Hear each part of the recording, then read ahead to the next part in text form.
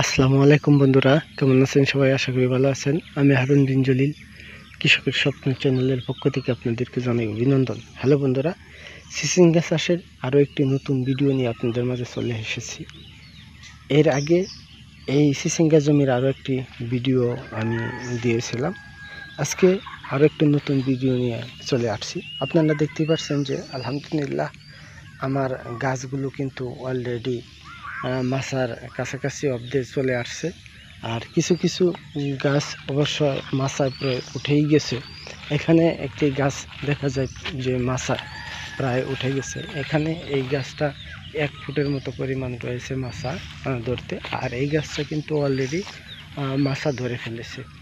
যদিও আমি প্রথম ধাপে কিছু সার প্রয়োগ করেছিলাম, ডিএপি সার, বিএডিসি যে ডিএপি, সেই ডিএপি সার। আর আজকেও এসেছি আরও কিছু ডিএপি সার প্রয়োগ করার জন্য। আমার এই জমিতে ডিএপি সার প্রয়োগ করলে দেখা যায় যে গাছের যে গ্রোথটা সেটা কিন্তু দ্রুত বাড়তে থাকে। আর এর মধ্যে এসে আমি এখন এই যে আমার যে গাছগুলো সেগুলো কিন্তু প্লাস্টিকের সাথে অলরেডি বেঁধে দিয়েছি।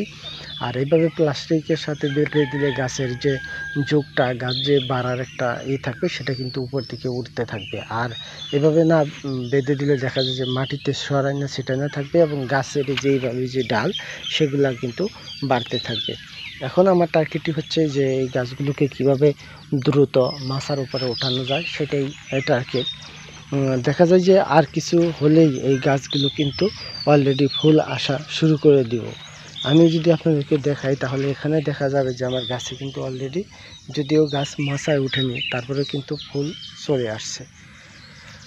চিচিঙ্গা গাছ দেখা যায় যে যদিও এর ফল দীর্ঘস্থায়ী দিয়ে থাকে, কিন্তু এটা খুব অল্প দিনের মধ্যেই ফল আসা শুরু করে দিয়ে দেয়, ফুল আসা শুরু করে দিয়ে দেয়। সেই কারণেই শুরু থেকে চারা রোপণের পর থেকেই এর যে পরিচর্যা সেগুলো কিন্তু খুবই গুরুত্বপূর্ণ। যদিও এখনো পর্যন্ত এই চারাগুলোতে কোনো কীটনাশক প্রয়োগ করা হয়নি। কিছু কিছু পোকার আক্রমণ আমি দেখতে পাচ্ছি যে পোকায় কিন্তু ওই যে পাতার উপর দিয়ে ছিদ্র ছিদ্র করে ফেলছে, কিছু পাতা খেয়ে ফেলছে। কিন্তু আমার যে চিচিঙ্গা গাছের যে ডগা বা মাথাগুলো রয়েছে সেগুলো কিন্তু অনেকটাই সুন্দর রয়েছে।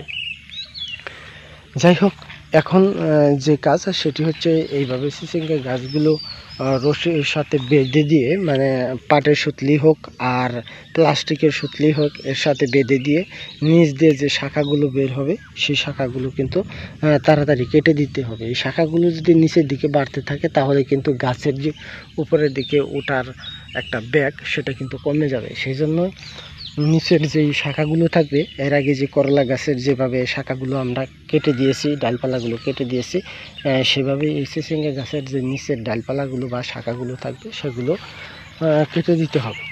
কেটে দিলেই গাছগুলো অতি তাড়াতাড়ি মাচার উপর উঠতে থাকবে। এখন আমি আজকেও আমার এই জমিতে সার দেব। একটু আগেই বৃষ্টি হয়ে গেল, কিছু গাছ আমার এই সুতলির সাথে বাঁধছিল, সেগুলো বাঁধতে বাঁধতেই দেখা যায় যে আজকে প্রায় 2 ঘন্টার মতো বৃষ্টি হলো।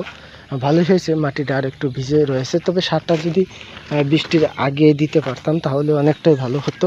তারপরে সমস্যা নেই, যেহেতু বৃষ্টি হয়ে গেছে, মাটি এখনও ভিজে রয়েছে, সেই কারণে আমি সারগুলো দিয়ে দিচ্ছি গাছের চারপাশ দিয়ে। আমি ওই আগের যে নিয়ম ছিল সেই নিয়মভাবেই আমি এই সারগুলো কিন্তু গাছের চারপাশ দিয়ে এইভাবে দিয়ে দিব। গাছের গোড়ায় যাতে কোনোভাবে সারগুলো না লাগে, গাছের গোড়ায় সারগুলো লাগলে গাছের পচন ধরার সম্ভাবনা বেশি থাকবে, গাছগুলো মরে যাওয়ার সম্ভাবনাই বেশি থাকবে। সেই জন্য গাছের চারপাশ দিয়ে দূরত্ব বজায় রেখে গাছগুলোকে বৃত্ত আকার, মানে সারগুলোকে বৃত্ত আকারভাবে দিতেই হবে। যাই হোক বন্ধুরা, আজকের ভিডিও তাহলে এখানে শেষ করতে যাচ্ছি। ভিডিওটি যদি আপনাদের ভালো লাগে তাহলে অবশ্যই লাইক কমেন্ট শেয়ার করবেন। আর যারা আমার চ্যানেলে নতুন তারা অবশ্যই আমার চ্যানেলটা সাবস্ক্রাইব করে রাখবেন। ধন্যবাদ।